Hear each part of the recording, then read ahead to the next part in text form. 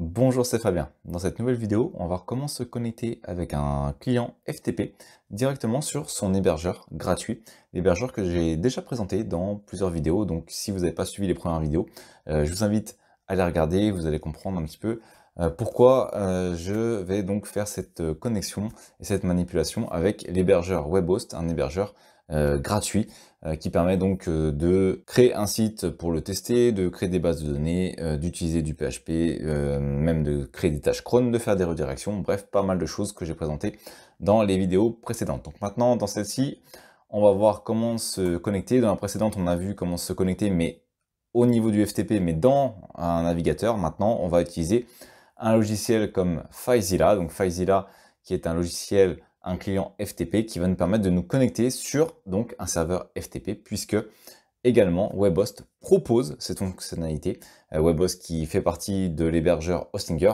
il propose même en version gratuite de pouvoir accéder en FTP au serveur. Donc pour télécharger FileZilla, rien de plus simple, hein, vous allez sur le site, vous avez ici télécharger FileZilla client, pas besoin du serveur, hein, vous faites le client, ça va le télécharger donc dans votre dossier de téléchargement, puis vous faites valider, puis vous l'installez comme n'importe quel logiciel Windows, il n'y a pas de particularité. Vous le lancez et vous arriverez sur cette interface. Pendant que j'y pense, vous pouvez également être acteur des prochains sujets qui seront abordés sur la chaîne en répondant à un court sondage qui se trouve dans la description. Merci par avance à tous ceux qui me permettent d'améliorer le contenu de cette chaîne. Donc pour ça, on va aller au niveau des paramètres. Donc c'est dans paramètres du site web. On va aller sur Général et dans Général, on a ici les informations détaillées pour accéder au FTP. Première chose, bien entendu, avoir autorisé le transfert FTP, sinon ça fonctionne beaucoup moins bien. On va donc dans un premier temps sélectionner le nom de l'hôte, donc je vais le copier. Je vais aller ici au niveau du nom de l'hôte, donc je vais faire coller. Puis je vais choisir le nom de l'utilisateur, donc Numélion. Je vais aller ici sur nom de l'utilisateur. Et donc dans le mot de passe, c'est le mot de passe qu'on a utilisé lorsqu'on a généré le projet. Souvenez-vous, il y a deux mots de passe. Il y a le mot de passe pour se connecter sur son espace personnel, donc l'espace qui regroupe les différents sites qu'on pourrait avoir chez WebHost. Et ensuite, pour chaque projet, on crée à chaque fois le nom du projet avec un mot de passe. Donc c'est ce deuxième mot de passe qu'il faut utiliser. Si vous ne savez pas de quoi je parle, je vous invite à regarder la première vidéo sur la création de son espace chez l'hébergeur web et vous aurez donc la réponse à cette question qui se trouve dans la vidéo au niveau de la création du projet avec le mot de passe. Donc je vais copier le mot de passe. Ensuite, il me reste une chose à indiquer, le port. Alors ici, ils disent qu'on doit utiliser le port 21. Donc le port 21, c'est le port FTP par défaut, entre guillemets. On va indiquer le port numéro 21 et on va faire connexion donc rapide. Donc je vais faire connexion. Ici, je vous invite, alors vous avez le choix, soit vous sauvegardez ou soit vous sauvegardez pas les mots de passe. Donc on va voir comment le faire par la suite. Bon là pour l'exemple, je vais pas le sauvegarder, mais vous pouvez le sauvegarder si vous voulez être tranquille et refaire la connexion tranquille après. On va voir comment faire par la suite. Et là, pas de souci, ça fonctionne. Donc on a le certificat du serveur, parce que visiblement la connexion est en TLS, donc visiblement ça a quand même l'air protégé, donc c'est une bonne chose. Je vais lui faire confiance, donc là il me demande si je souhaite faire... ouais, bah c'est même protégé puisqu'on est en AES 256, donc c'est une norme de chiffrement qui est utilisée notamment par les militaires. Donc non, on est plutôt pas mal là-dessus. Donc c'est encore une bonne chose. Et donc on va indiquer qu'on est, on va faire confiance, hein, puisque de toute façon depuis le début on fait confiance, il n'y a pas de souci. C'est un hébergeur, c'est une filiale de l'hébergeur Hostinger, donc pas de souci. Et puis de toute façon c'est nous qui avons demandé à nous connecter, donc il n'y a pas de souci particulier là-dessus. Ici je me trouve bien au niveau de mon serveur d'hébergement comme c'était prévu.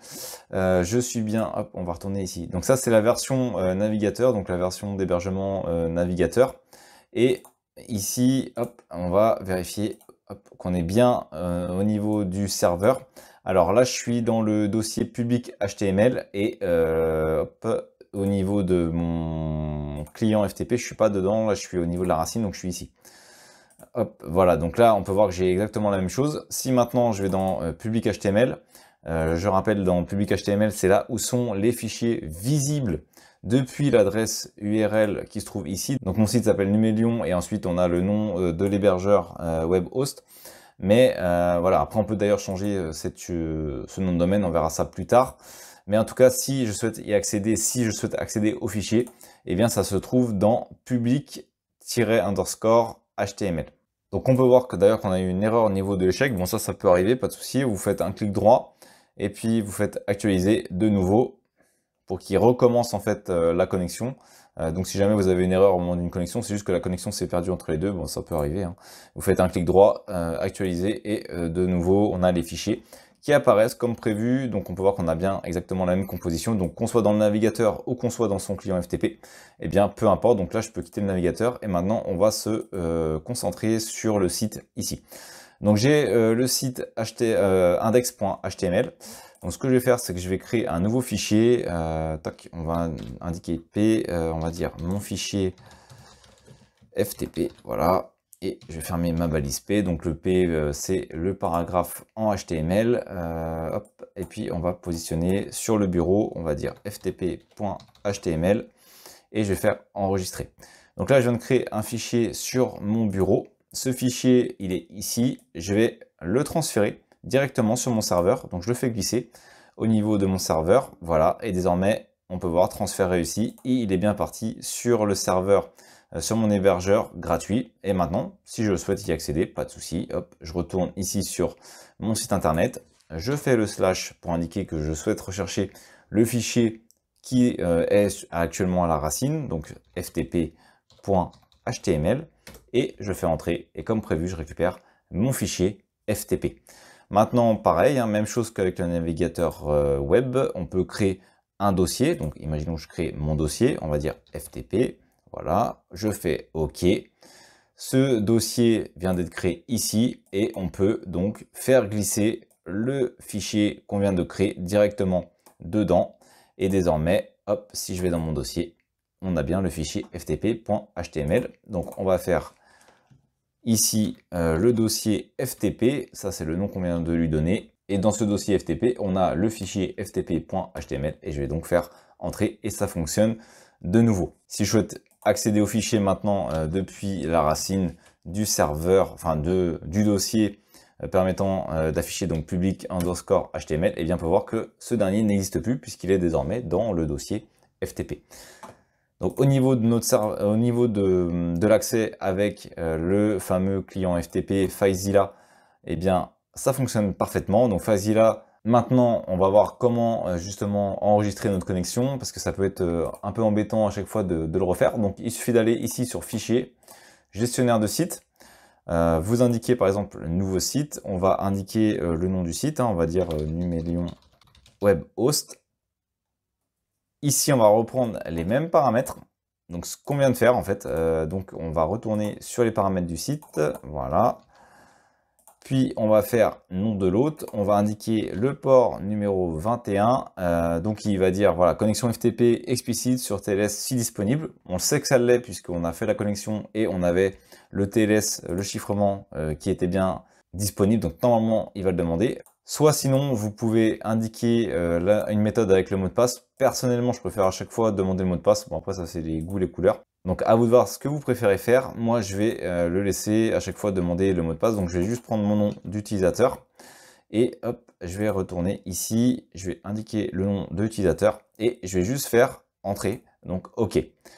Donc là donc on peut voir maintenant que lorsqu'on clique ici sur la petite flèche à côté du gestionnaire, eh bien on a le nom Numelion Web Host qui est prêt. Je vais quitter mon fameux client FTP, hop, et je vais retourner dessus. Désormais, j'ai plus de connexion, hein. Je retourne sur ma petite flèche. Par contre, j'ai toujours la possibilité de lancer la connexion directement. Donc, il a repris les paramètres que je lui ai dit, le nom de l'hôte, le nom de l'identifiant, et donc j'ai plus que le mot de passe à renseigner. Donc, je vais renseigner le mot de passe, je le mémorise jusqu'à la fermeture de FileZilla. Je fais OK, parce que comme ça, si on perd la connexion, on aura juste à actualiser et ça va revenir. Je suis bien sur mon serveur d'hébergement gratuit.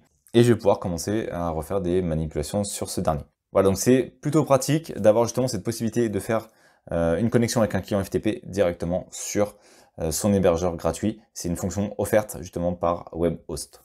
Merci d'avoir regardé cette vidéo. Si vous n'êtes pas abonné, j'espère que cette vidéo vous donnera envie de le faire en cliquant sur le bouton s'abonner et en activant les notifications pour ne manquer aucune des prochaines vidéos. De plus, vous trouverez dans la description un sondage pour déterminer les prochains sujets. À très vite pour une nouvelle vidéo.